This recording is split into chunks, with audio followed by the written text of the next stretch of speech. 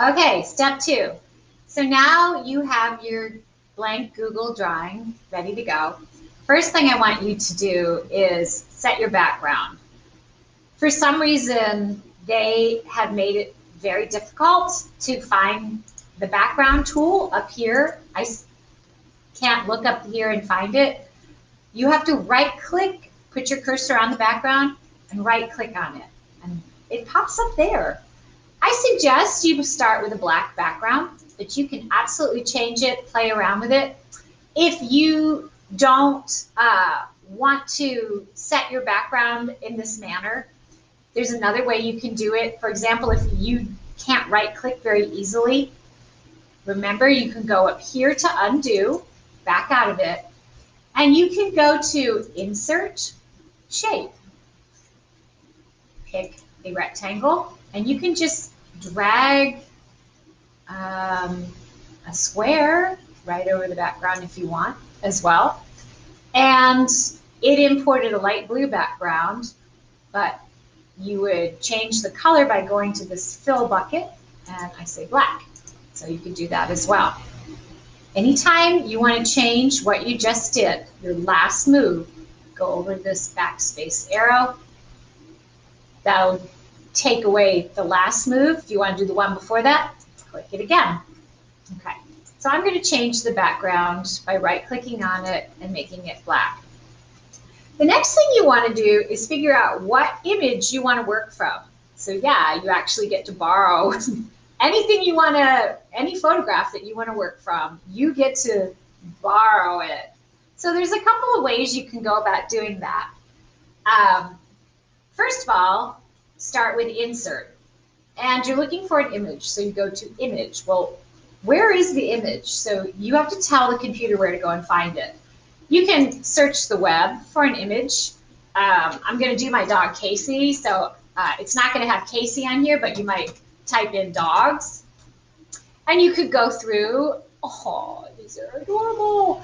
Might select one by clicking on it, and you can drag it over. And this would be a really cute one to do. You want to get it aligned with my suggestion is the top left-hand corner, and you want to pull from the corners. When you pull from the corners, it doesn't skew the proportions of the picture.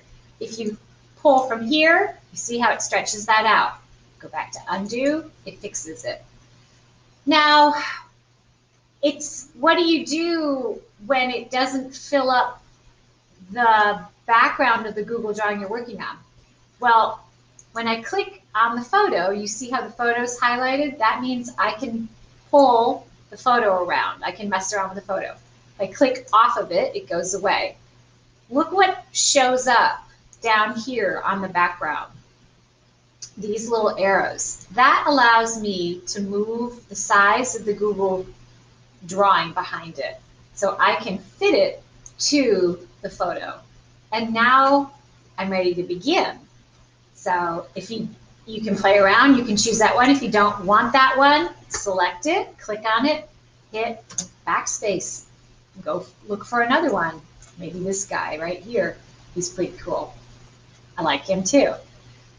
I'm going to delete that out. I want my dog, and I have a photo of my dog saved in my Google folder. So I'm going to go Insert, Image from my drive. So it's going to bring me over to my drive, and I'm going to click on my drive, and now I have to remember, oh, I have so many folders.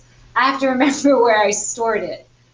It's in P for photos. I think it's this one, Photos and References, I believe. So I'm going to click on it and open it up. Ah, there's my folder of Casey, my dog. And here's all of my Casey photos. And I'm going to scroll down until I get the one that I want. And let me see if I can move my picture. There's the one I want. His angelic little face here. So as you can see, it's a vertical and the background is wider. It's a horizontal. So I'm going to click, first I'm going to line this up in the corner because you want to cover up your background.